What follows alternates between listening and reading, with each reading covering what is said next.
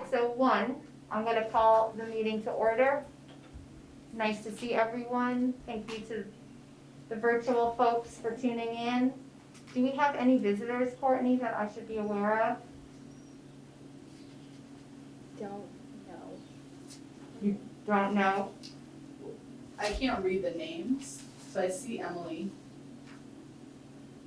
And then I see Holly's and some, I don't know who's next to Oh, Holly's. yeah, That's Gab Lumber.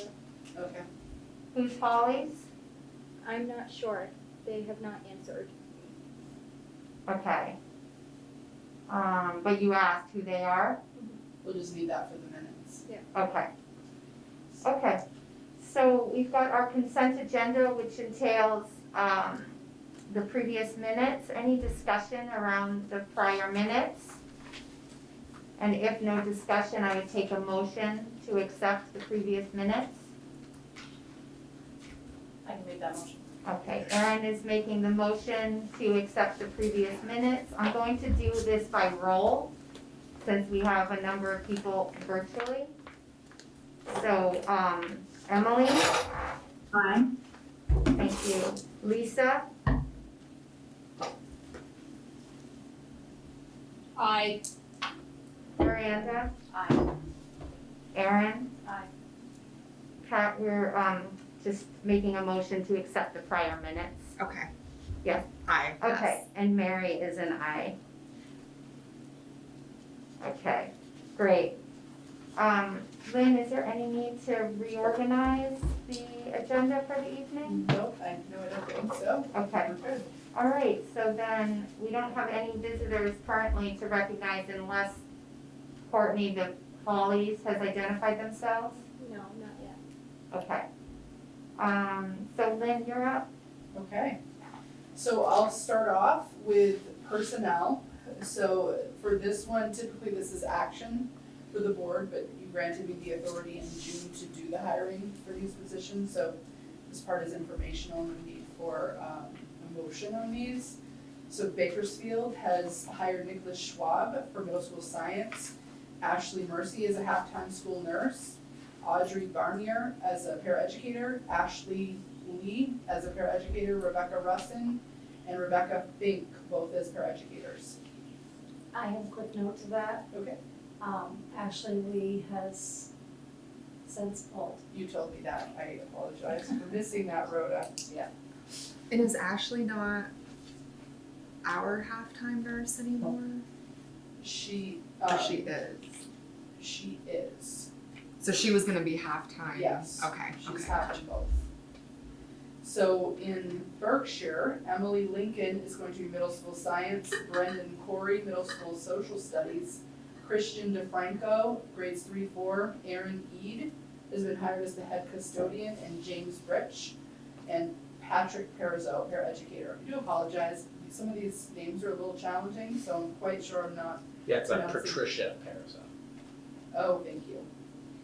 At Montgomery, Chloe Gennaro, kindergarten, Lehia Carrick, grade 1, Melanie Bentley, grade 2.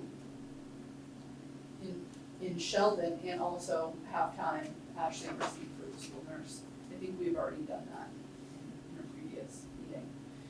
In Sheldon, Hugh McKenney is an SU grant-funded math interventionist, just as an information for you, that's under the SU budget. Chelsea Menz Cole is a paraeducator, Deanna Semino, paraeducator, and Ethan Desenthal, paraeducator.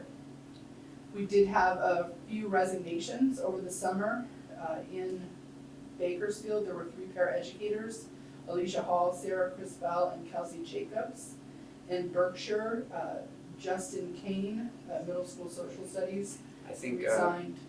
Kelsey's a Berkshire paraeducator. Okay, that's on the wrong. Got it. I thought that sounded strange when I said that. So Kelsey resigned from Berkshire. Justin Kane resigned after contracts were due in Berkshire. Natasha Lincoln, grade 1, was a new hire in Montgomery and resigned after there was a signed contract. And then Leah Carrick, and Sandy, I don't know how to say the other part of her name, Cornelia Carrick. She was a paraeducator moving to a classroom teaching position And in NMV, Kelly Bacchus, our facilities director, resigned. We still have some open positions throughout NMV. We have an academic coach that we're hoping to split between both Berkshire and Montgomery. We have paraeducator positions in 3 of our 4 schools, and Lenny, I think this isn't correct anymore, the LEAPS site coordinator. Yeah, I'm not sure if it was this week or on Friday, but we did get Nmvuusd hired as our LEAP site coordinator. Okay, so we'll add that in as a new hire. Can you say the name one more time? EVEA and then Valenta, like Kurt Valenta's daughter, if anyone knows, familiar with him in all of our different schools.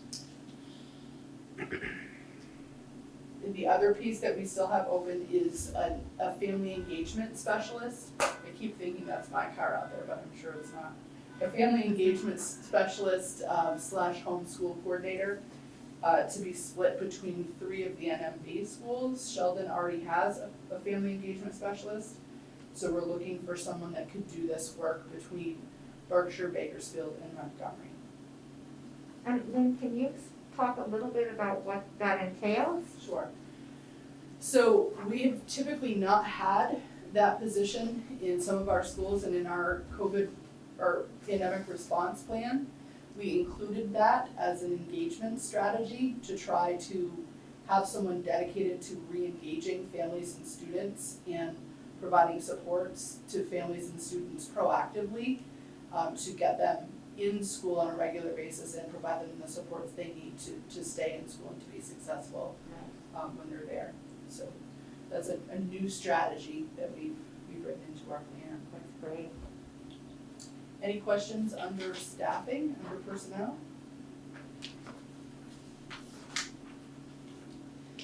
We do have one thing under student. I'm going to give some information about a parent request that's not actually coming to this board yet. However, there was a request from an NMV parent who wanted their middle school student to attend a school in the other district at Enosburg Middle School. So based on our current policy and based on statute around residency, I denied the request. So just giving the board the heads up that the request has been, they're choosing to appeal my decision to that ER board because they want their child to attend the Enosburg school. I was just really confused when I saw that because I'm trying to think back to when we had talked about putting that in place, and I remember us giving some examples of families that we knew, like in Montgomery, well, on Black Falls, right, that live in Richford, and then like I know there's a family in Enosburg, a couple of families in Enosburg who would want to go to Montgomery.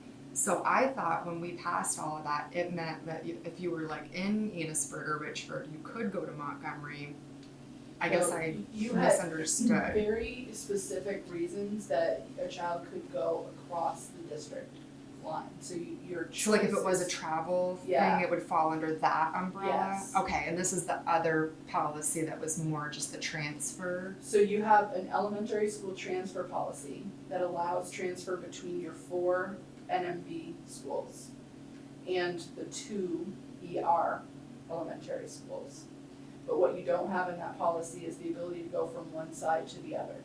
So we wrote a second policy because we knew that throughout FNESU, we had certain families that geographically were kind of within a community, but the line really said that they were in another town. So they had to drive through other towns to get to their school of residency. So for example, that family that lived at the top of Black Falls in Montgomery, and they had to drive down into Montgomery and then go to Richford. So that policy allows now that family, instead of having to go to Richford because they have to drive through Montgomery, they can go to Montgomery. Or that Enosburg Mountain, like you said, but it was those exceptions that were in that cross district. Okay, yeah, choice thank you, policy. because I was forgetting there was 2 Yeah. actually, okay, It is a thank you. little confusing because it's Yeah. so new. Yeah, But there just isn't anything in our existing policy that allows me to grant that request.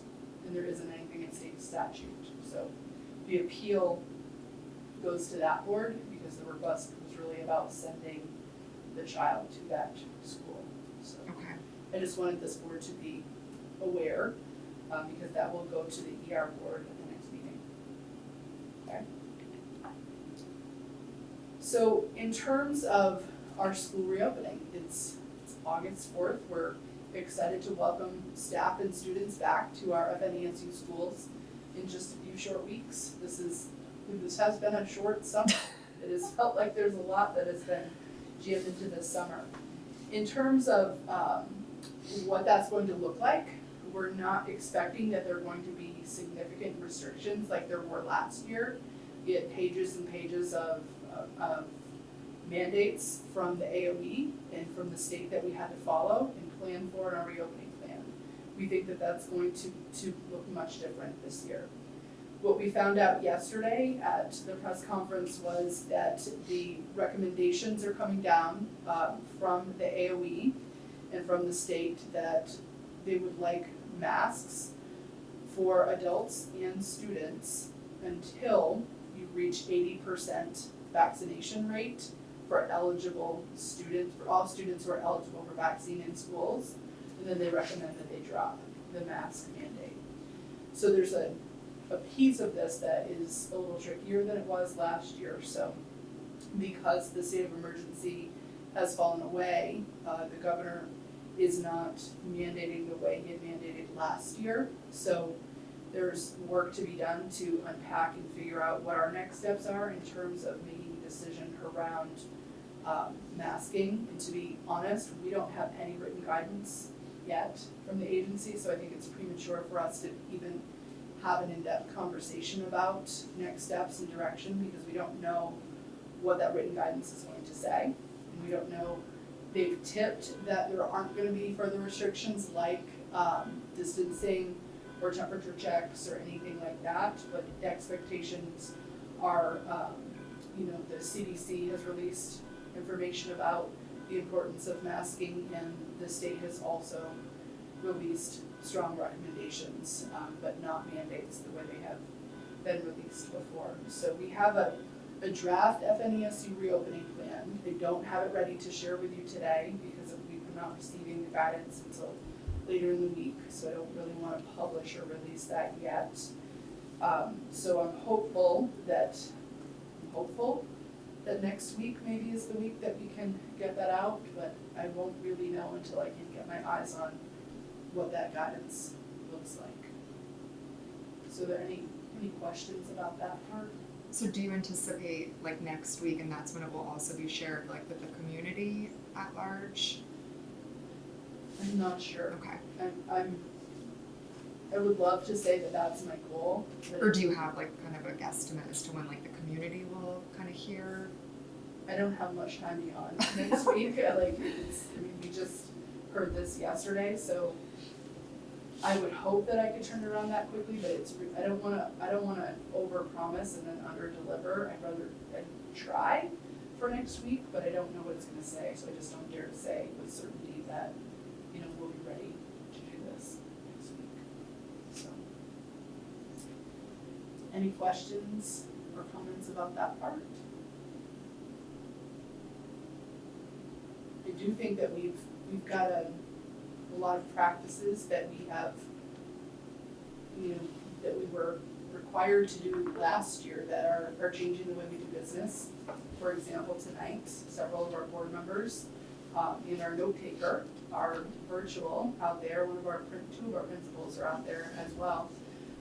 So I do think we're gonna see some of the positive impacts of COVID stick around as a result of this, because I do think there were a lot of lessons that we learned through this experience that, have helped us to grow as an organization, and so it'll be interesting to see how we move forward this year, but I'm looking forward to some of the positive things sticking around. So Gab, I see that you're on. I'm glad to see you there. I was hoping that we could just do I'll give a brief update about flexible pathways, and then I would love for you to jump in as well. So is Gab still there, Courtney? Mm-hmm. Okay. So our Flexible Pathways Academy was approved by the AOE. So our intention was to offer this as an option for K through 12 students. and we asked people to enroll by early, I think it was the second week in July. We did not have enough students interested in the middle school portion of flexible pathways in order to be able to offer that to all of those middle school students. The staffing at the middle school level is trickier with licensing, so it made that part really challenging. We are able to offer a K through 6 option and a 9 through 12 option for flexible pathways. Gab has done a really great job of getting her staff hired, and I know it was stressful for a little bit. We've had some late hires this summer. These principals, both in the room and on the Zoom, have done a really tremendous job of just interviewing to try to find the just right candidates for some of these positions, and I think they've done a great job. So, Gab, do you want to talk a little bit about what your enrollment looks like right now and what you're thinking and planning for the start in the fall?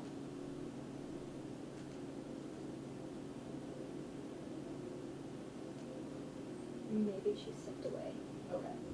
So maybe we can come back to this under principal, if that's Sure. okay, and we'll have Gab just give an update. I haven't talked to Gab, I was on vacation, just got back yesterday, so I haven't talked to Gab to know if we have any updates with our enrollment in the Flexible Pathways Academy. I do think that we will see some increased enrollment, no matter where the decision about masking lands. I think we'll see some people who want to step away from in-person. Because it is, the opinion's pretty split about the right direction to go in for masking. So under legislative update, there's really only one piece that I wanted to bring your attention to, and that was something in just a recent legislative kind of summary meeting that this became clearer to me. And there was a bill that was intending to address the needs and conditions of school facilities, and I think that we talked about it at a really high level, but I don't think we got into any of the nuts and bolts in the bill. In effective, I think it was in the early June, the governor has signed this bill into law. So there's several things that are coming our way in terms of facilities.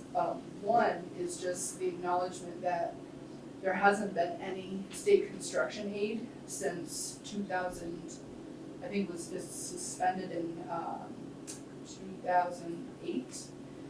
And so there's been no aid for school construction projects, so we've had a lot of deferred maintenance in the state of Vermont as a result. So we have several of the schools throughout the state that have significant construction needs.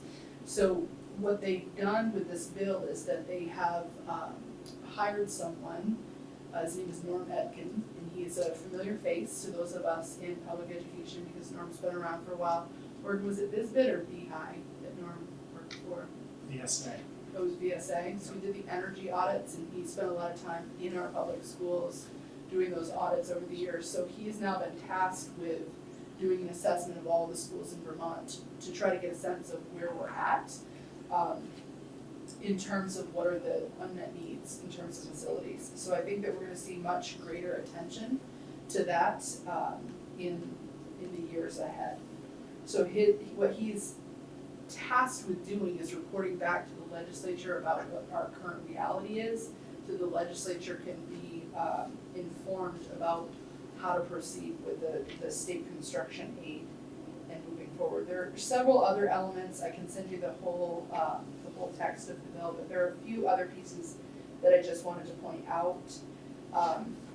So once we get through the inventory and assessment phase, there are also some other requirements associated with this bill. One is that we need to be focusing, school districts will need to be developing, maintaining, and annually updating a 5-year capital operations and improvement plan. And that's something that's new, and it's something that, the secretary will be helping all schools to attend to in terms of facilities management and working with school operations experts. The other piece is that there's some testing requirements that have been embedded in that. So all schools are expected to do the radon testing beginning in 2023, 2024. And I believe PCB testing is also part of this as well. So given that we have Kelly, who has resigned, and we have an open position, I felt like before we get to that discussion under the board section, I thought it was really important that you hear some of the other things that are kind of coming down the line in terms of facilities at the state level. We're still contending with the lead in the drinking water legislation that was passed several years ago. So we had a few schools that piloted, and I'm not gonna be able to remember now which schools piloted that program, but it was about testing, and then schools were responsible for remediating any elevated levels of lead in drinking water.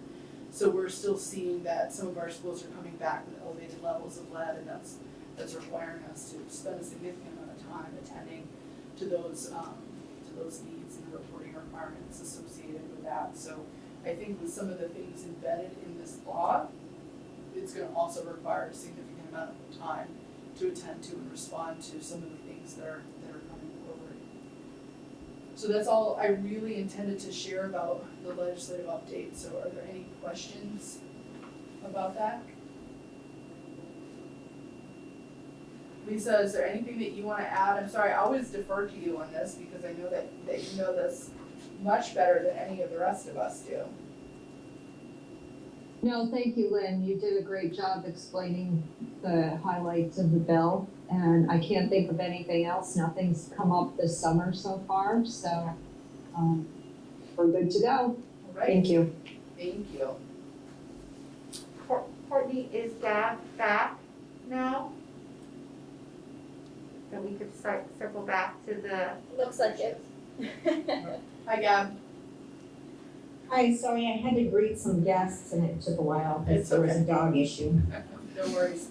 So we just did a high-level overview of where we are with the Flexible Pathways Academy in terms of us now offering it to K-6 and 9-12, that you're fully staffed.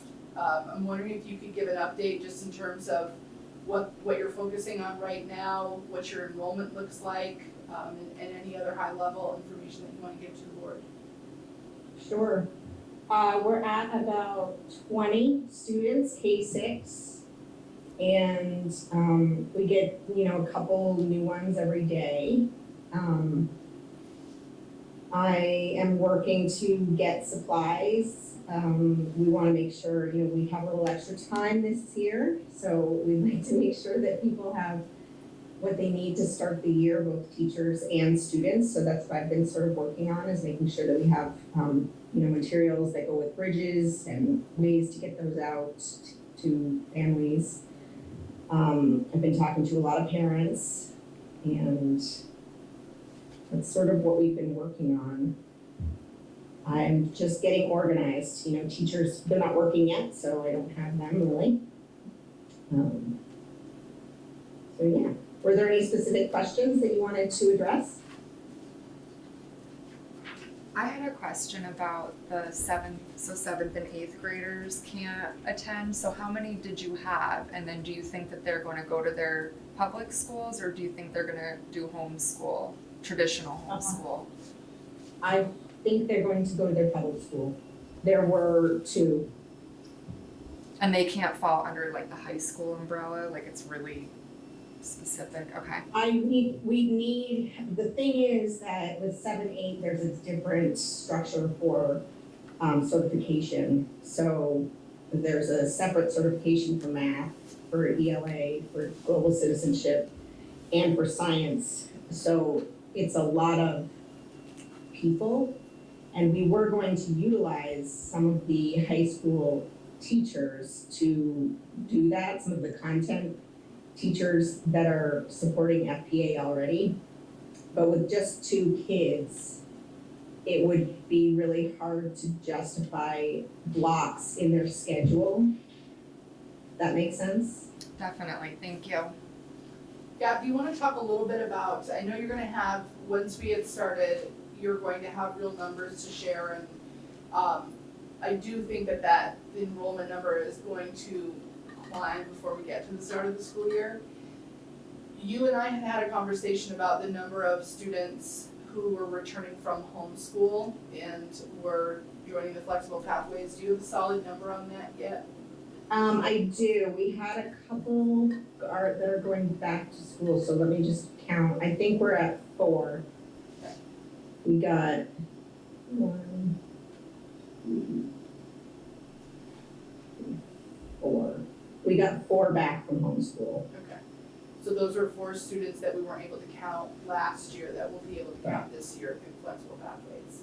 Yep, and one of those families with 2 kids has never been enrolled in school. They've always homeschooled.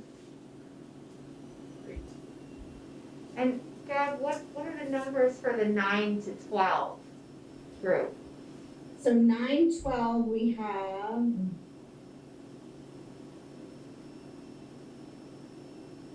eight. So the 9 through 12 is kind of a continuation of what's already been offered. So I think that's up from, how many did you have last year? I do not have that number. We have 2 new 9th graders coming in this year, an 11th. These 8 students are all new to us. So we have these 8 students, plus we have whoever's continuing from who's already doing it. So I don't actually have that number. Okay. So the 8 students that I'm reporting are 8 new students. Great. So do we have any numbers on like total enrollment and how they differ from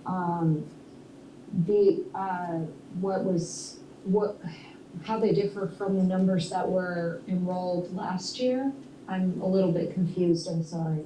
Well, it's quite a bit different than last year. So right now, for K-6, we have 20 students. Last year, K-8, we had about 120. They're not really apples to apples because it's a different structure, but yeah, it's considerably less. And again, like Lynn said, the numbers are, I've been talking to a lot of parents, so there's a lot of people out there who are still in limbo. I think there's a wait and see approach right now to where schools are going to land in terms of requirements for the fall, is the feedback that I'm getting from some families.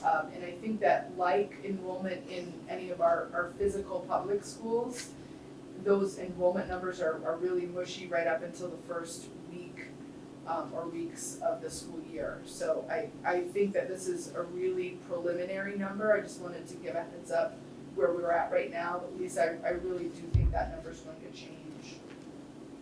That's fine, I just needed a ballpark and that's good, thank you.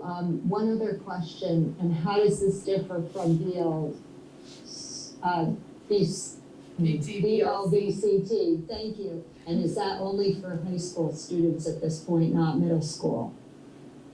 So our experience with BTLC last year was not that great for high school kids. BTLC offers a way for students to take individual courses. They're pretty structured. They're laid out in modules.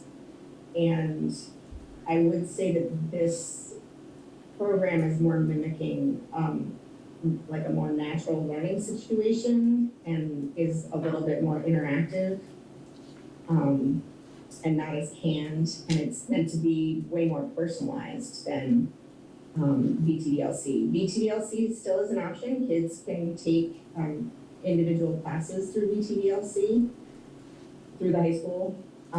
We've never really offered BTDLC K-8, I don't think, except for some 8th graders take, they might take like a math class if they're in an upper level math and they want to do that online. Do you think that's accurate, Lynn? Yes. Thank you, and that was what I was getting at, so you answered my questions, thank you.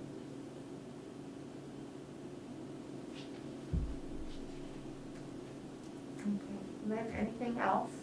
I don't have anything else, but there is, before we move on, I think you have principals reports next. Yes. And I spoke with Lenny and Rhoda before this meeting. There were a couple of things in their board notes that I had intended to just pull out because we're not quite ready to share yet, and that's the Partners in Restorative Change, Holistic Restorative Schools Project information, so we're gonna hold on those for now, and we have a report in September about those, so when you get to that portion of their board notes, we're just pausing on that for now.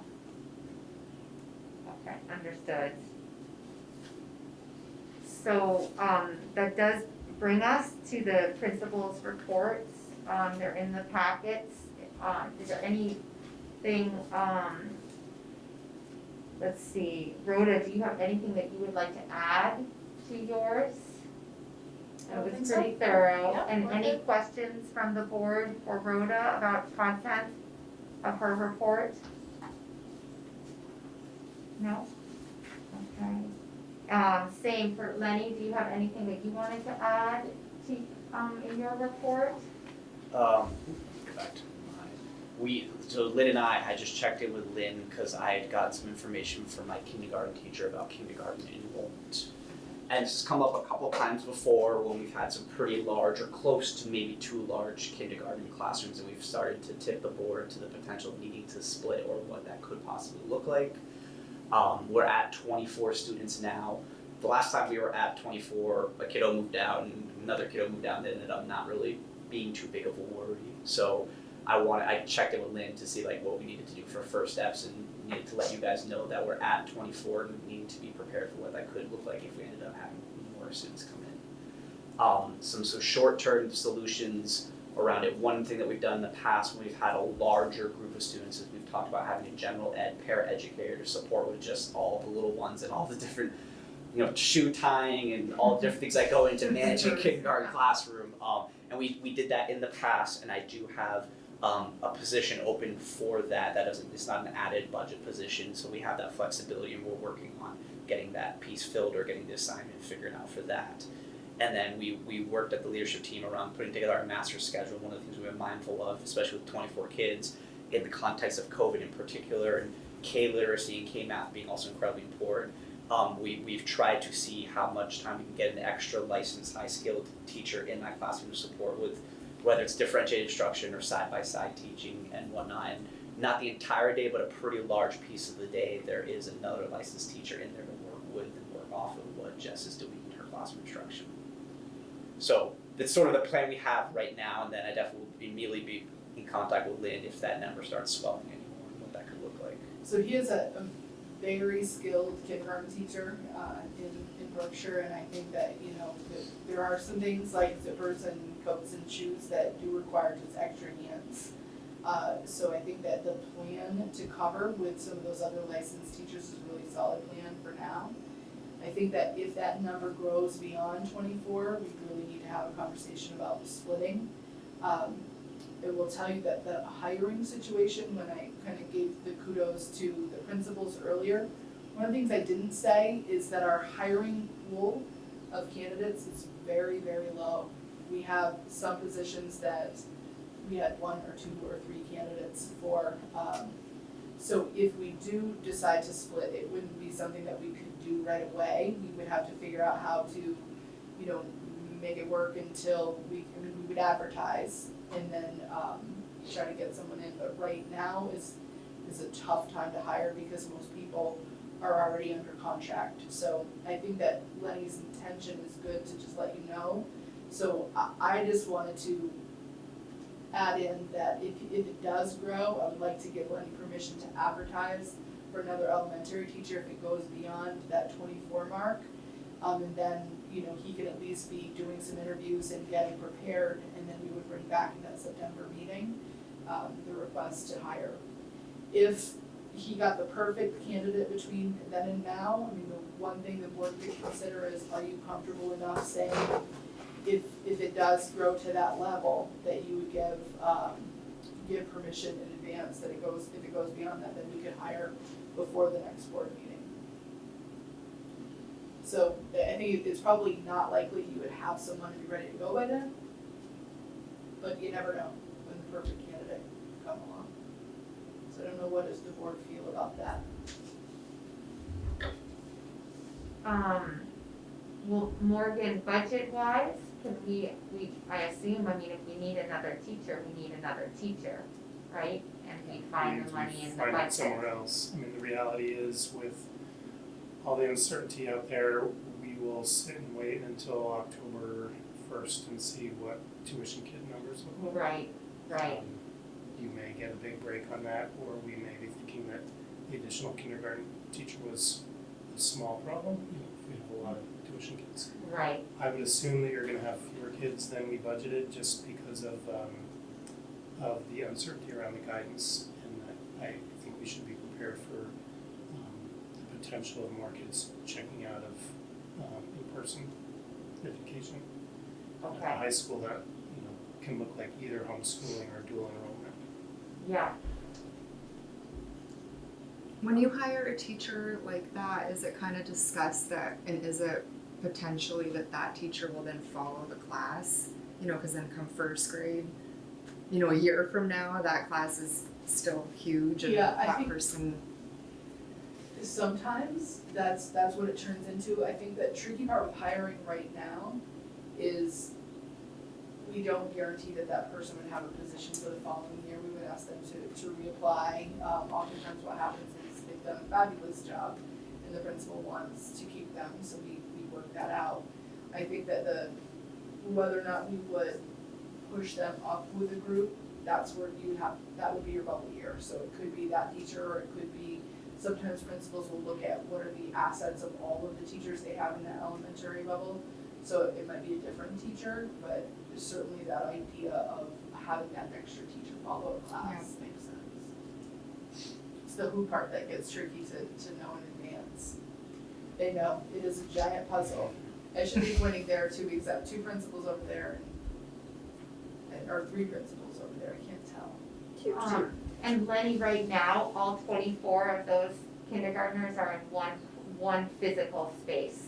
Yeah, and so we obviously, that was the other piece of the puzzle, and it sounds like our understanding is that the physical distancing requirements Right. aren't in effect, but Right. we're definitely tuned into that, like if we have to do the 3-foot distancing, then we absolutely have to split classes or Right. come up with some sort of other solution. We had gone down the road of it'll be a wonderful wild adventure for me to come up with our new structure, but there is a possibility of one of the classrooms that is designated for middle school. We could have some middle school teachers have to float, but that one of those 2 rooms is occasionally open, so there's a space that's kind of open all the time that we could turn into another classroom. We already identified the potential other space that we would use if we had to for 2 classrooms. If But somehow social distancing requirements came back into play, right, right? For the number group. and then there'll That be teacher has quite a lot of experience doing in that. navigating extra spaces in that building. Yeah, she was already telling me like, this is what we've done, this is what you could do. So if we have we have a backup plan for it, I just Yeah. haven't gone too far down the road Yeah, thinking about totally. that, but we have some ideas with that. And the trend in Berkshire is it's going up, right? The likelihood that you're gonna get more is greater than the likelihood that you won't. Yeah, I mean, it's interesting because we were super nervous about, I think, what is now our 2nd grade class. I forget, like, years are kind of flying by because of COVID, but there was one year recently we were kind of sitting around that 24 high water mark, and then we kind of haven't been as high as that. So, yeah, there is definitely that potential of people moving in, and we have a couple different bubble classes or close to bubble classes every couple of years, so. So I just think we need to advertise, but what happens, and maybe I'm not thinking about this correctly, but so if you advertise and you start interviewing somebody, but the numbers then drop, and we've hired somebody, keep them, I mean, they signed a They're under contract, contract. keep them on. So it sounds like what we were saying was that the go-ahead to, if it gets to the point where it's too large, then initiate that hiring process. But it's not I'm not understanding or thinking that it would be like, I'm starting to look to hire somebody right now because it's not yet at that threshold of needing to find somebody.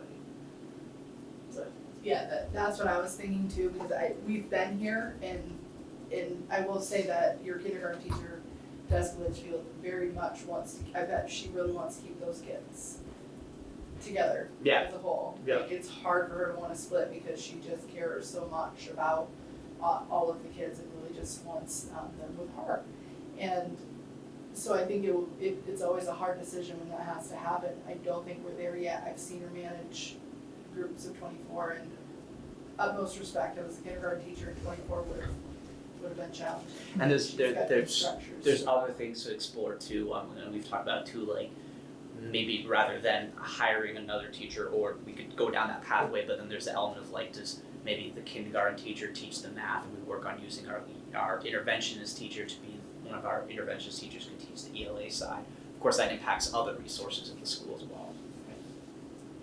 Well, given that we're not meeting again until school has started, it seems wise to say that Lenny, in concert with you, Lynn, can move forward with finding the human resources that you need, whether that's a para, whether that's an interventionist, whether that's a teacher, if that number swells above the 24, rather than, have to call the board back together. That would be, that's where I'm leaning, just to have that flexibility, because these weeks are gonna fly before the start of school. So would that require a motion? Yeah. How do people feel comfortable with that? I would like to ask a question, if that's okay. Of course. Thank you. How will that decision be made if there is no firm number, for instance, that 25 students requires 2 classroom teachers, which is kind of what I'm hearing, that it could be any one of 3 different positions. How will the decision be made? Is it based on student makeup? Who will be making that decision? I personally think that it would be Lenny and I in connection with the kindergarten teacher to identify, what the needs are in that space. I don't actually think that it's another position. I think it would be a classroom teacher that we'd be looking for.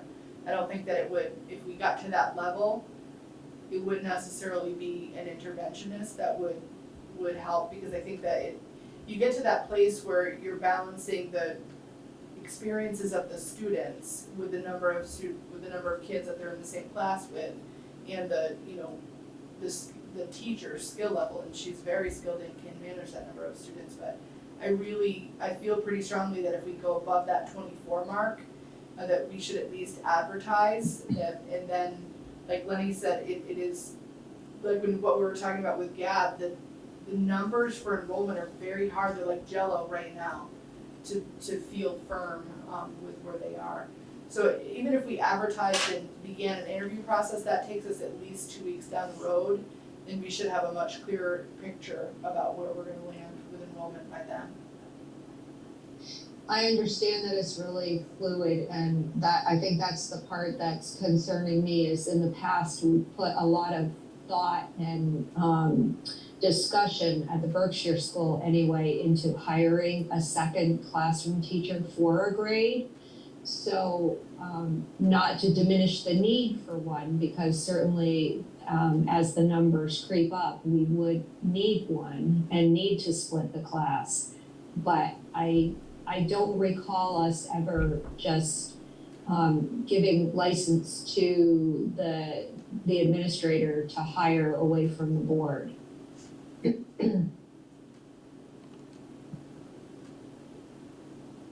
And correct me if I'm wrong. Well, I guess, Lisa, I kind of liken it to what we do over the summer, when we give quite a broad kind of amount of leeway for Lynn and the principals to hire from over the summer. Can you clarify for me kind of why you feel like it's Yes. like it's different in this instance? Yes, because those positions are already approved positions that we are just looking to fill over the summer, is my understanding when I approved that motion. So it's something that we've talked about, budgeted for, and have approved. And this is kind of it's an extra classroom teacher to add to our budget, unless we already have that budgeted for, but I don't know that we do. I have a Do question. you? Sorry, Lisa. No, that's okay. Do you understand where I'm coming Can from I now, just add, Larry? can I jump in, Emily, before you go to yours? I'm trying to think of another example. I mean, you and I have been together a long time, Lisa, and I think we probably had this same conversation at least 4, maybe 5 other times in those years. I don't know that I remember a time where we knew this far in advance that the number was that high. I feel like what has happened in the past is the number has crept up closer to the start of the school year. So it has gotten approved at that early board meeting. I can't think of a time where we have done it this way either. I think that there's a benefit and a risk that we have to think about in this in terms of the timing of when we could get someone, and would that be that the board would wanna wait until, I think our next meeting is September 1st to make that decision? Because then that does create another transition for students where you bring them in and they're getting started in one space, and it may be that that's what has to happen anyway, just because of the timing. Or would it be something that if we got there, that the board would prefer that we call a special meeting to say, okay, we're there, now what does the board want to do? I think you're directing that at me, and you're right that we've been through this before, but my recollection is that we've always known, that we're gonna have a big bubble class, so we've been able to plan for it ahead of time. So I'm not really remembering an instance where it's been this close to the start of the school year that we might have to potentially open up a new classroom, because that was always a constraint at Berkshire. We never had the room, so we had to plan in advance to have a second classroom for a grade. So I'm trying to, I understand all the reasons why we might need a teacher, another classroom teacher, and another classroom. I'm just not understanding how the process will work, how the decision-making process will work. Are we required to at 25 students? There's not a specific number that requires us to do that. I mean, you start getting into the, just best practice around the number of students per adult. But there's not a specific number that tells you to split at this level. You think I cut him off? Oh, right, Emily, did you wanna weigh in? I think my line of thinking is similar to Kat's. I was just curious, what is an ideal classroom size for this age group, and kind of what the average kindergarten classroom size is across our district? And also just trying to see, like, is there an ability to forecast the academic, the social, the emotional needs of these kids coming in? I'm just thinking one teacher handling 24 kindergartners who are struggling, and it just seems like a lot. So I was just curious about those points. So do the other principals have a sense of what their numbers are? We have 14 right now. Sandy? And if we were to have another teacher, and let's say the numbers can support that position for 2 years, and then in year 3 we have, a drastic drop in enrollment, is there some sort of ability to be fluid in terms of the position? Could that teacher then go to a 1, or they could go across the district? It's not like a special K license or anything. You would hire an elementary teacher, so the principals have a right to assignment. So they don't get hired for a kindergarten classroom position, they get hired as an elementary teacher. So Okay. you could use them flexibly, or if you no longer have a need for the position, you could RIF a position. So if you had one too many elementary teachers, you could reduce. And honestly, when that happens, sometimes it doesn't mean a loss of a person, it just means a shuffle, because you have that natural attrition of people leaving. You asked the question about average class size. I think that it's hard to get an average when our sizes are different in terms of this new district. So I think that Bakersfield and Montgomery tend to have smaller class sizes. Sheldon tends to split mostly into 2 groups. Christy's not here to answer it, but I think that she's close to that 20 per class. I think that's what, from my recollection in our conversations, it's generally around that. Berkshire is kind of the school that they're not quite big enough to have 2 of each class, but Lisa's right, they've faced this multiple times in the past in terms of they have these bubble classes and they need to address it, and sometimes we know way in advance that we're going to have it, and then other times we don't. There's the people that move in over the summer or into the fall. Okay, thank you. So, so again, it sounds like Lynn, and from Lenny, the sense I'm getting from you that 24 is kind of we're right at that inflection point, number wise. And like Lynn said, it's kind of letting you know like, hey, we're at a pretty large number. Yeah. And as the kindergarten teacher says, like, sometimes 24 is very manageable, sometimes 13 is very difficult. Right. So that's the piece of like Right. wanting to prepare you, like I may need to come back to you with a conversation about we're past 24 and it's a really challenging group, or I'd have that conversation with them like, hey, we're at 25, it's a pretty big number, but we're kind of doing pretty good with it, where do we want to go down that pathway to? So it's kind of just tipping you off that there's a conversation and a decision that might have to be had, but there isn't necessarily a decision yet, because it's 24 is Right. kind of where we start making that conversation Of happen. course. So, I think we can go two ways. We could call a special meeting if next week you have a family move in and now you're at 25 or 26, or someone leaves and it sounds like maybe Lisa is more comfortable with some more in-depth conversation. But I also think it kind of begs the question, if we call that special meeting and we're now at 25 or 26, or we even punt it till September and we're now at 25 or 26 students, and we're gonna all land on the decision that it's appropriate to hire another teacher, I'm not sure why we don't just give you the authority now to do that. I agree. I feel like you're telling us now, so let's just have the discussion now that if it reaches 25, what's our decision to allow you to hire? And it sounds like I feel very confident too with you saying that the teacher, is so experienced and kind of in on this with you guys. So I'm with Mary. I know that my decision would be yes, if in a special meeting or on September 1st, you're like, I now have 25 kids, I now have 26 kids, or maybe even more. Can I hire? I would land on the absolutely, that seems appropriate. That is, especially if we're looking at equity and we have other schools where we have 14 kindergartners. I didn't hear from Sandy. I think there's about 10 or 11. She sounds like an amazingly gifted teacher, and this isn't to disparage her capability at all, but 24 even is a lot. So I kind of feel like we're having the discussion now, and time seems somewhat of the essence, given the challenges in the hiring terrain. So, so I would like to make the motion to give Lenny and Lynn the authority to hire for that kindergarten position as another kindergarten teacher if you hit that 25 student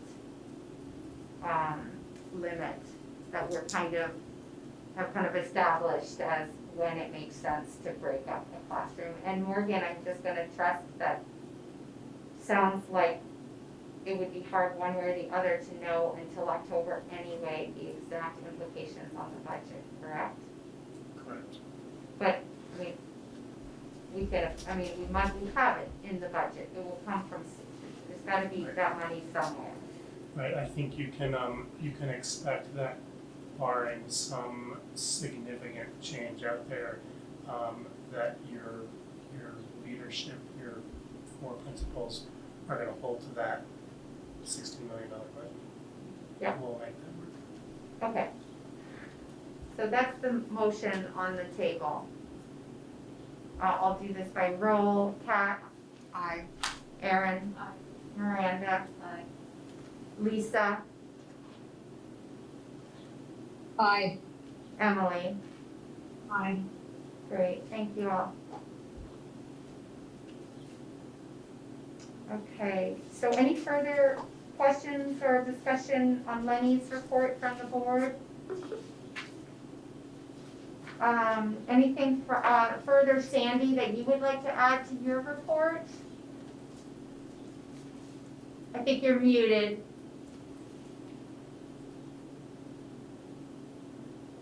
She might be struggling with her audio, she's tried a couple times. Oh, yeah, I don't think, Courtney can you tell what's going on with Sandy's? Emily, can you just say something quickly? Just, sorry for calling you out, but. Can you hear me? Oh, yes, sorry Sandy, we can't hear you. Thumbs up if it's all informational. Do you have All right. anything else, thumbs up or thumbs down? Thumbs up, okay, so Sandy's good, and unfortunately, we can't ask her any questions. We could play charades if we wanted to, or get good at lip reading. And She write then in the chat. we don't have Christy tonight, correct? Correct. Christy's not here? Okay. All right, great. Okay, so moving on, Morgan, you're up with the financial update. Okay, and I'm gonna zoom in and pretend I have no audio if I have bad news to deliver. But that's not tonight. One action item, I sent the FY '20 audit out to you on June 16th, finally. I would love to have a motion to accept that this evening. I'm happy to try to answer any questions on that. I kind of sent out my little cheat sheet guide with the documents, and I believe I included SU as well. The audit was clean as expected. It just took a long time to get them to crank out their final product. I think a lot of it has to do with COVID, but I think a lot of it also has to do with this audit firm has sort of been picking up every school district in the state as other auditing firms have decided they're not interested in that business. One other thing I'll mention on the audit is that because of the level of federal funding that came to NMV and to Enosburg Richford as well last year, for the year that we're auditing now, FY '21, both districts are gonna get what's called a single audit, which is a little more detailed look at the books, and it's triggered by getting at least $750,000 of Fed money in. We've never had to do that at the district level in the past. We've always had to do it at the SU level because of food service and because of grants. So would anyone like to make that motion, Morgan, I'll make that motion to accept the to FY? accept the audit. For the year ended June 30, 2020. Okay, by roll, Pat, Aye. Erin, Miranda, Lisa, Aye. Emily, Aye. and Mary is an aye. Everything else is informational. I'll just kind of flesh both of these out. We are finalizing our books for FY '21. I am thinking that the fund balance is going to be around $1.1 million. So that compares to $400,000, which is what we had at the end of FY '20. So that is money that we will be discussing in September, October, November with the budgeting process about how much of that you want to use to buying down future tax rates, and then how much of that you want to give voters the option to tuck away for capital reserves. We had also discussed setting up a tuition reserve fund so that when you have a year where you don't get lucky on tuition kids, you're not going to your principals and saying you need to cut something out of your budget because we have 20 kids we didn't anticipate. So that's just a tip for our conversations later this fall. And then I mentioned the e-finance conversion. I just want to give a shout out to Fran Jackson in our office, who has been doing 90% of the lift on this transition, and it has gone incredibly smoothly. I just want to give a shout out. I love the new format, and I don't have to look sideways at my screen anymore to scroll through the numbers. It's fabulous. And that's all I have. Okay, great. Thanks, Morgan. All right, so we're on to board business. we have the facilities director position discussion.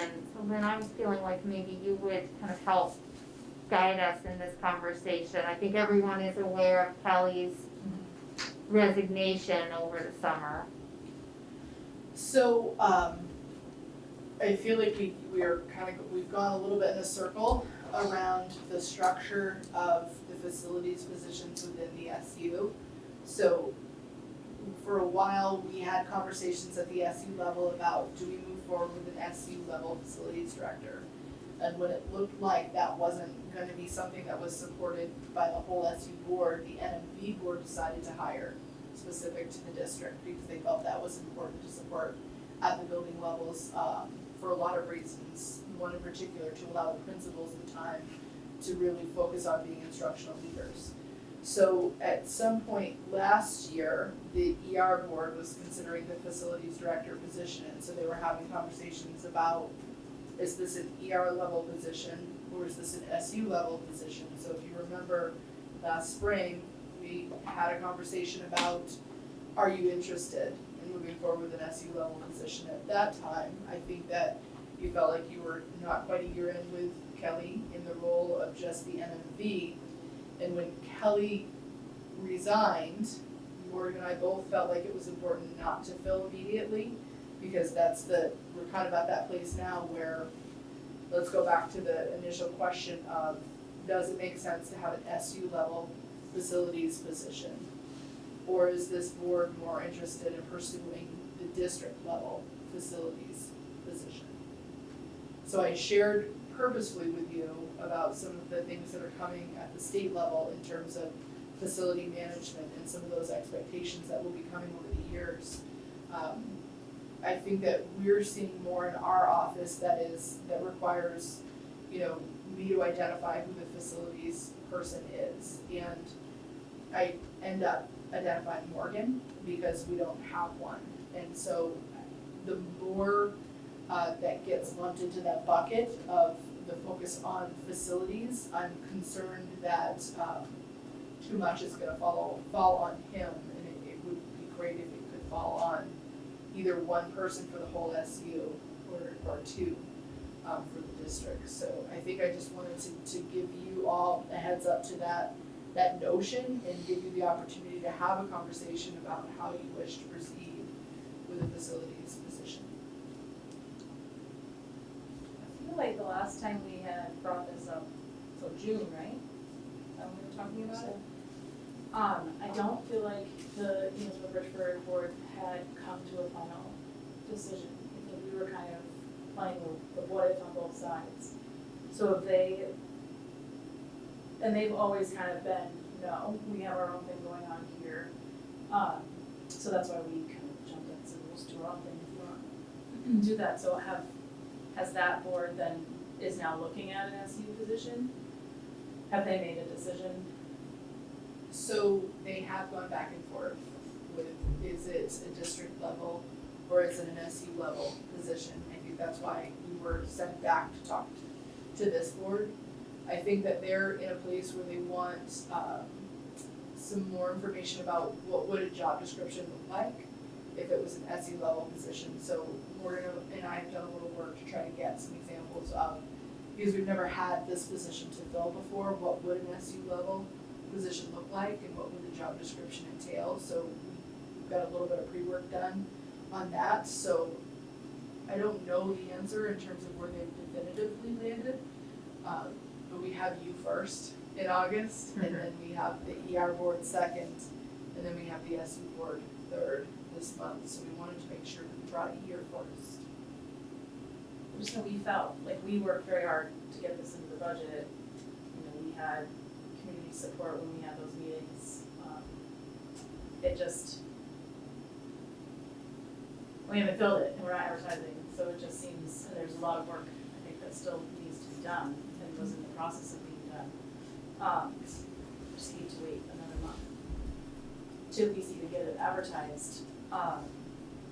Do you think that there's enough work to maintain two and two separate? I mean, I know there's benefits to having one and overseeing everything, but sometimes I think that the K-8 buildings could take up an entire 2 positions with the, at least right now, because there hasn't been that position for a while. Oh, sorry. No, go ahead. My impression of Kelly, like when he did come to that meeting, he seemed bored and he seemed like he was just looking for something to do. So I would like to see it discussed at the bigger level and then have that one person who's looking at everything. And then like you're saying, if there's more that's coming down the line in the years to come, I mean, that person hopefully, ideally would then develop it further. Like then if down the line we needed to have like, other help, but like start with that one person who can like look at everything is my take of it. I don't know that Kelly was bored, I think that. And I don't mean that, it was like, he kind of felt like he was saying like, just give me more, like I need to do something. I don't mean it like, I know that there's stuff to do, like I don't wanna make it sound like there's not stuff to do, but. I do think, I just wanna own that we hired him in the toughest period of time any of us have ever experienced in our professional careers. And I don't think that we had the best plan for getting him off in a direction that was really clear and well articulated. I think we could have done a better job of that, and I think that, we'll learn from that experience and make sure that whichever direction we go in, we'll make sure that we have a much more solid plan. We've already been talking through what that would look like in terms of responsibilities and some of the accountability measures and some of the expectations around reporting back. And I think that maybe we need to work at trying to get at the higher level. When I think about some of the things that were in the legislative plan, someone that could really look at facilities and do an analysis of what's the current reality of all facilities across the whole organization, and what's a multi-year plan for managing and improving those facilities. So I think that that strategic part of it, not necessarily someone that can come in and fix the heater in the moment, but someone that could really be big picture and be, so when you do have the opportunity, this person could be saying to you, these are the top 2 things that you need to be attending to before they become an issue. Because I think that we still find ourselves in that reactive phase. We're trying to get out of it, but we've been in it so long that we wait until there's a problem with something before we attempt to fixing it. So that's what I hope that we can get to, is more of that proactive, focusing on that, having a really good proactive preventative maintenance plan in all of our buildings, streamlining some of those processes and systems so that none of those things get missed as new staff members come on. And right now we don't have any of those standards of practice, so I think if we could get someone working at that much higher level, we could hopefully gain some efficiencies, maybe with personnel, but certainly within our facilities. Financial efficiencies. To kind of answer your question or your concern, Erin, if this board is adamant that they want to go through with a district level only person, we would be advertising that tomorrow or Friday. If this board wanted to leave the door open for an SU position, what I could see is you giving Lynn guidance that, okay, bring this to the Unisburg board Tuesday. If they're dead set against it, we advertise on Wednesday. If they're sort of interested in an SU position, then we go into the next week, but you're only a week and a half behind. I see what you're saying. So really, we'd move forward regardless, it's just, is it gonna be SU, is it gonna be Right. district? Okay. I all along, I think I was the lone voice in the early discussions that wanted to see it at the SU level, but I also understood why the board landed in having it be at the district level. But now I think we have this opportunity to explore what that would look like for that higher level plan. We have legislation that's gonna start requiring that we have someone in charge of our facilities. We have a lot of federal dollars that'll start to flow in that we're gonna wanna make sure we're using wisely, at least those that can be directed toward facilities. And I think, like Lynn said, the need for a long-term kind of management plan for the facilities of the immediate, the 1 year, the 5-year, the 10-year, and so on and so forth seems important. And I liken this position to what Dawn does for us. They seem comparable. And, you know, I am always amazed at what Dawn holds, because she has to kind of manage the food service within all of the schools, but then she's also this kind of wealth of kind of knowledge with her interface with all the regulations and the requirements, and it seems comparable to that food service position. So my preference would be for us to do it at the SU level, but then if the Enosburg-Richford board is not in favor of that, then I think we absolutely should move forward. And like Morgan said, we'd have a week and a half delay in that process. So that's where I land on it. But I'm also understand if we want to try again at the NMV level.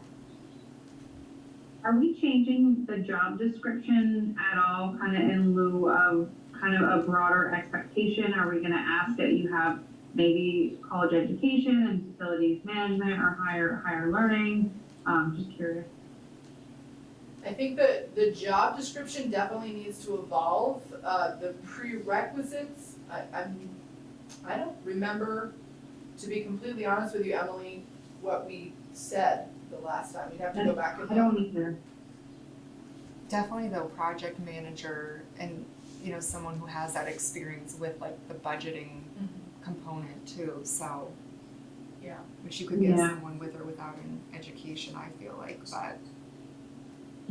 I mean, I think if we're asking someone to really do like a financial analysis, obviously we have Morgan to help with that, thank goodness, but to really forecast in regard to facilities, I think that's kind of a different skill set. Absolutely. I think we need to look at other SUs and what they, if we go the SU route, and what they have as job requirements, what the job description is for those facilities directors at the SU level. And I just wanted to point out that I am not opposed to it being at the SU level, because I was in Mary's camp when we last discussed this, that I'm okay with it.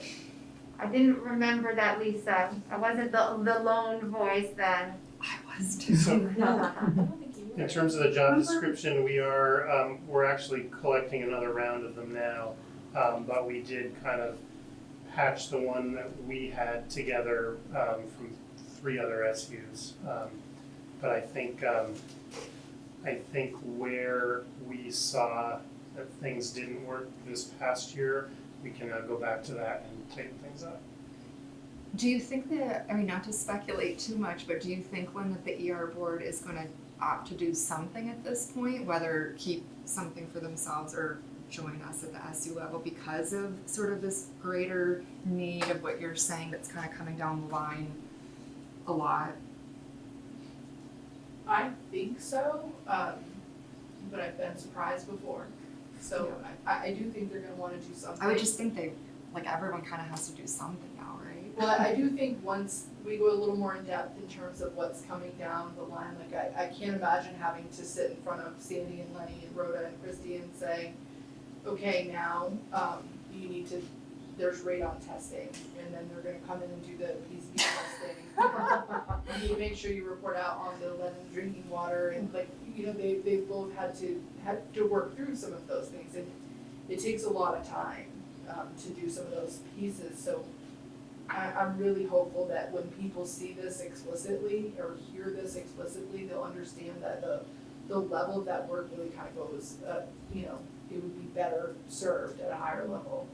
And not fair to ask principals to do some of that stuff, you know, like, I feel like the conversation is kind of coming back to me now around, like, you know, Mary's camp and Lisa kind of wanting it to bring it to the SU. I remember not being opposed to it, but I remember feeling concerned that it is undoubtedly a very big job, and I think I was hoping to see at that point in time Kelly kind of master the art before we kind of took it broader, and I'm curious, like, was he, incredibly overwhelmed? Was it too big of a job? Was it too much for one person just in NMV? And if it was, and I know it was a very, difficult time in our lives, but I'm just curious, if we bring it as big as the SU from the jump, do we run the risk of a high turnover rate because it's just too big of a job? So my take is that it was too vague of a job, and we didn't have the opportunity to do any decent onboarding. I think that if it was an SU-wide position, you would not expect that person to get their hands as dirty as if it was an NMV position.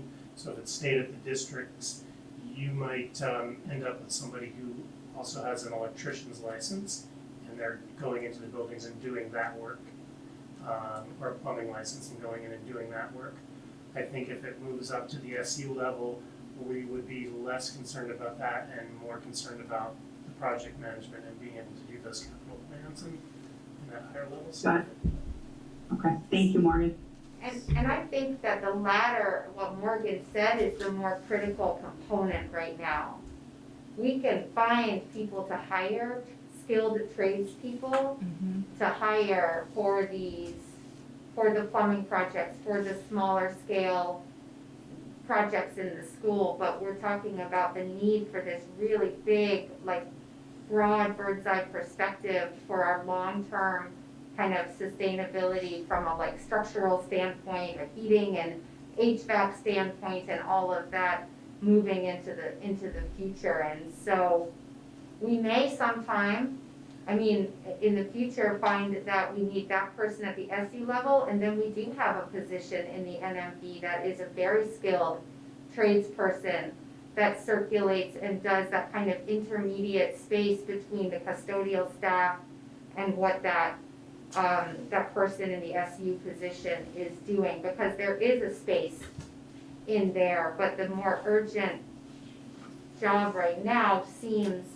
given the kind of legislative kind of requirements, seems to be someone who will guide us in our long-term facilities kind of management plan, and not the person to fix plumbing problems immediately in each building. I'll do this. Just as the reason why we moved forward with this at the district level was to take those off of our principals' plates. So if we move to the SU, does that mean then that when there's plumbing issues and heating issues, that their custodians then go to the SU facilities manager and say help? Or do they go to the principals and say help? Because if you go to the principals, I think I will, and if I'm alone, that's fine, I'll push that it stays district. Because that was the whole reason we pushed for this, so that we could keep that piece off their plates. True. I think it's the streamlining piece, so I think when it comes to like managing those contracts, so right now, I think about the lead in the drinking water. I think most schools have some elevated levels of lead in their drinking water. I think that the remediation for those pieces is pretty standardized, so that if we had someone at one level that could say, this school, check, like we've done these pieces, it doesn't mean that there won't be anything for the principals, but it could be someone that's attending to all your T's are crossed and your I's are dotted to be able, to get those things done. But what I don't think is, it would be that, like Mary said, they would be, changing, I can't even think of a good example because facilities isn't my expertise, but something in the air handler, right? Like Right, because that's our custodial. Right. They could do that level of stuff, but if it had to do with something big, like when you all had the leaky fuel tank out there, the higher level director could come in, just like Dawn would, if there was a big issue in the kitchen, Dawn would come in and say, okay, and I think that actually has happened. So I think you had an issue in this kitchen, and I think Dawn helped to resolve what that issue was, and if we rewind several years, we had some massive issues in the kitchen. This kitchen is a nightmare. It's like And I think I will Anissa say, had to I go was out. here that night too, though. Oh, it was? Okay, I was thinking it was Anissa, but. Oh, No, you I remember mean- this last one? Yes, Gotcha. I would say Dawn and I together. Okay, Dawn and brother together, okay. Cause I have not, I don't, and there's nothing wrong with moving it to the SU, I think it's great, I think the more streamlined we can get, it's just gonna be good for everybody, I just wanna make sure that we're not putting something back on the plates that was our intention to take off of, so.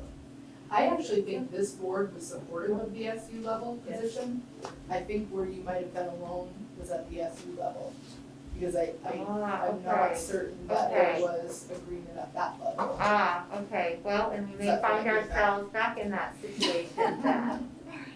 Okay, and Erin, that, you make a really good point, like I really hear that, because we wanted to try to unburden our principals from doing things that are way outside of their wheelhouse so they can focus on the other tasks at hand that is in their wheelhouse, so I get that. We're small schools, and it's hard to find those people who have all of those skills all the time, so. Yeah. The principals end up bearing most of them. Where the larger schools, they have more resources. So do you need, Would this be a motion for I now, don't think or so, I think just, it's just a direction. You know, I think that if you, You've got the position in your budget, so just Yeah. give Lynn a direction if you want her to go forward and fill it now, or if you wanna wait until these other two conversations play out. well, my general sense from the discussion is that we feel comfortable seeing what the Enosburg-Richford board is thinking. And if they are amenable to pushing it up to the SU, we can discuss that next week at the SU level. And then, if we cannot come to an agreement at the SU level for that to be, an SU position, that we would absolutely, it sounds like, want to move forward to fill it at the NMV level, kind of ASAP, recognizing that we would maybe tighten up that job description and make sure someone has their marching orders are a little bit clearer. Is that a fair synopsis, folks? Okay, great. So, we don't, Lisa, next in the board business was the SU board representative report, but I don't actually think we have anything to share because we also haven't met. Thank you. But so obviously in September, we'll have had our SU meeting and we can report back to the NMV board on that. Thank you. And I did just want to make a note that we received a really lovely email, I think, from Jean Marie. So I wanted to acknowledge her resignation from the board. And I know we will all miss her hugely. So that leads to two things to discuss. We will need at the next meeting in September to appoint a Bakersfield rep. And so, Lynn and I were discussing that anyone, especially Erin, that you know in the Bakersfield community who is interested can reach out to me. And we will, we'll find a time to meet with them. And then we'll appoint that, have a series of interviews with whomever is interested and make an appointment in September. So if you would like to put your feelers out in the community, that's great. I would just add if there's anyone that's watching this, because I do know there are some people that watch our board meetings. Right. If there's interest and you're a Bakersfield resident, reach out to Mary Niles. Do you want to give them a way to reach out to you? The best way to reach out would be email, which is M as in Mary, C as in cat, W as in water, Niles, N as in Nancy, ILES @gmail.com. So please feel free to email me. And so the other aspect of Jean Marie's resignation is that we do need to appoint another member from the NMV board to the SU board. So I'd love to hear if there's interest or if someone would like to make a nomination for someone to join the SU board. I'd like to nominate Catherine. Great. Any other nominations to consider? I'll nominate Kat as well. Great. Okay, so by roll, we're nominating Pat for the vacant SU board position. Lisa, Aye. Emily, Aye. Erin? Aye. Miranda? Kat? I And Mary is an aye. Great. Jean Marie was also your vice chair, so if you are so inclined, you could replace that tonight as well. Vice chair for the NMV board. On the NMV board, okay, not on the, right. Oh, of course.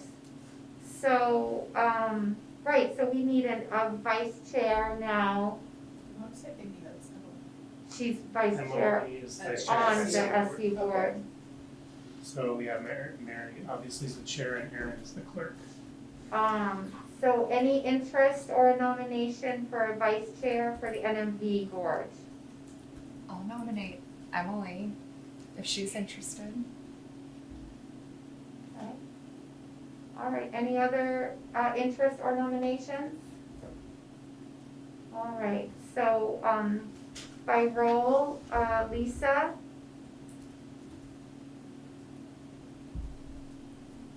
Sorry, I'm having audio trouble. Aye. thank you, Emily, Aye. Erin, Aye. Kat, I Miranda, Aye. and Mary is an aye. Great, I think that is I just everything. wanna say something, it's strange that we get a chance to really say goodbye publicly to Jean Marie, in this meeting, and I think that Jean Marie's been on the Bakersfield board, and then the NMV board, the transition board, and the SU board for a very long time. Her family is leaving Bakersfield and building a house, in a neighboring community, so it's gonna be a loss for Bakersfield in more than one way, but I just think it is important that we acknowledge her contributions and, thank her publicly for all that she's done for Bakersfield and all of the NMV and SU schools. She's really been a fabulous board member and will be missed. Absolutely. So any other discussion for the evening, folks? All right, so I just need a motion to adjourn. I'll make that motion. Okay. By roll, Lisa, Aye. Emily, Aye. Kat, I Erin, Aye. Miranda, Aye. and Mary is an aye. Thank you folks so much. See you in September. Did it work okay for those of you that were participating remotely? Well, other than poor Sandy, there's no Yeah, audio. it did. I had to change my view, a little bit so I could see you better and hear you better, but hopefully this is the last Zoom I have to do. Where are we next time? Oh, that's a Berkshire, good. so it goes Bakersfield, Berkshire, oh yeah, it's Montgomery, alphabetical. Sheldon, and then, the 3 months in the winter Enosburg. is Enosburg High Yeah. School, and then I can't tell you where it goes back. I don't remember. We've got time, we've got Can we time. send that to them? I don't know, but I can Could send you it all to send you. the spotlight one? Yeah. Do you want me to put it on my list? No, I'll give For it. those of you on the SU board, it's Wednesday the 18th. And that's in Enosburg. Yes, Sorry, that was you. when and Pat. where? You said the 18th? Wednesday the 18th at the library in Enosburg. 6 o'clock. Oh, and I maybe forgot to say that we do have our board retreat this coming Monday. Sunday, Monday. Monday, so virtually. And look for Right? an email from me in the next 15 minutes. I am unable to make that regretfully. Emily, hopefully there's a task that Mike Dewey's asked us to do, or asked board members to do, maybe you could still do the task. Put your Yeah, 2 that's cents in before the board meeting, that'd be great, or before the board Okay, yeah. retreat, that'd be great. Lynn, I was not given that task because I did not attend the first meeting and I can't attend the second one as well. Am I needing to do something Yeah, or? no. Nobody So- got it yet. Nobody has it yet, Lisa, we're gonna send it out to all board members. Courtney and I are gonna finalize it before we leave here tonight. Okay, But, and if you could do it before, that meeting, that would be great as well. and that meeting is Sunday? Monday. Monday. I'll try my very best, but It's I don't know virtual. if I'll be able to. It's okay, thank you, Lisa. Thank you. Have a great night, everyone. Thank you so much, folks. Good night.